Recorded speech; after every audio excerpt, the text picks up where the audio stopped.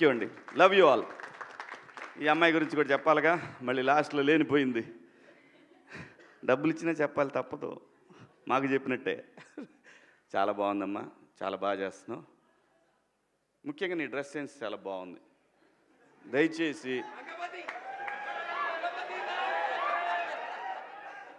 ఇంకో విషయం చెబుతున్నా, అమ్మాయిలు హీరోయిన్లు ఏ బట్టలు పెడితే వేసుకొని పోతే మనమే దరిద్రం అనిపించాల్సి వస్తమ్మా.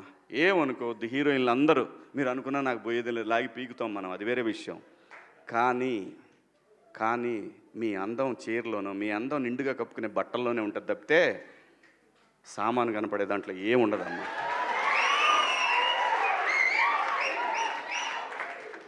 అవి వేసుకున్నంత మాత్రాన చాలామంది చూసినప్పుడు నవ్వుతూ అంటారు, కానీ దేద్రమ్ముండ ఎలాంటి బట్టలు ఎందుకు వేసుకుని కాస్త మంచి వేసుకోవచ్చుగా, బాగుంటావు కదా అనాలనిపిస్తుంది లోపల. అనలేము. అంటే మళ్ళీ నేను స్త్రీ స్వాతంత్రం లేదా స్వేచ్ఛ లేదు. స్త్రీ అంటే ప్రకృతి, ఎంత అందంగా ఉంటే అంత గౌరవం పెరిగిద్ది. ఈ ప్రకృతి అద్భుతంగా ఉంటుంది.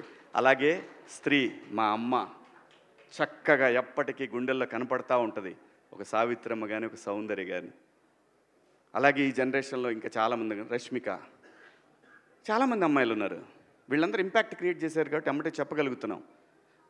గ్లామర్ అనేది ఒక దశ వరకే ఉండాలా, ఇంతవరకు ఉంటే పర్లా, అది ఇక్కడికి రాకూడదు. నేనేవాళ్ళే కానీ చెప్పడానికి మళ్ళీ అందరు రేపు పొద్దున పెద్ద పెద్ద వాళ్ళంతా బయలుదేరతారు, మాకు స్త్రీ స్వేచ్ఛ లేదు. స్వేచ్ఛ అనేది అదృష్టం. ఆ స్వేచ్ఛని కోల్పోవద్దు. మన గౌరవం ఎప్పుడు పెరుగుద్దంటే మన వేష భాషల నుంచే మన గౌరవం పెరిగిద్ది. అందులో ప్రపంచ వేదికల మీదైనా సరే చీర కట్టుకున్న వాళ్ళకే విశ్వసుందర కిరీటాలు వచ్చినాయి. Thank you so much.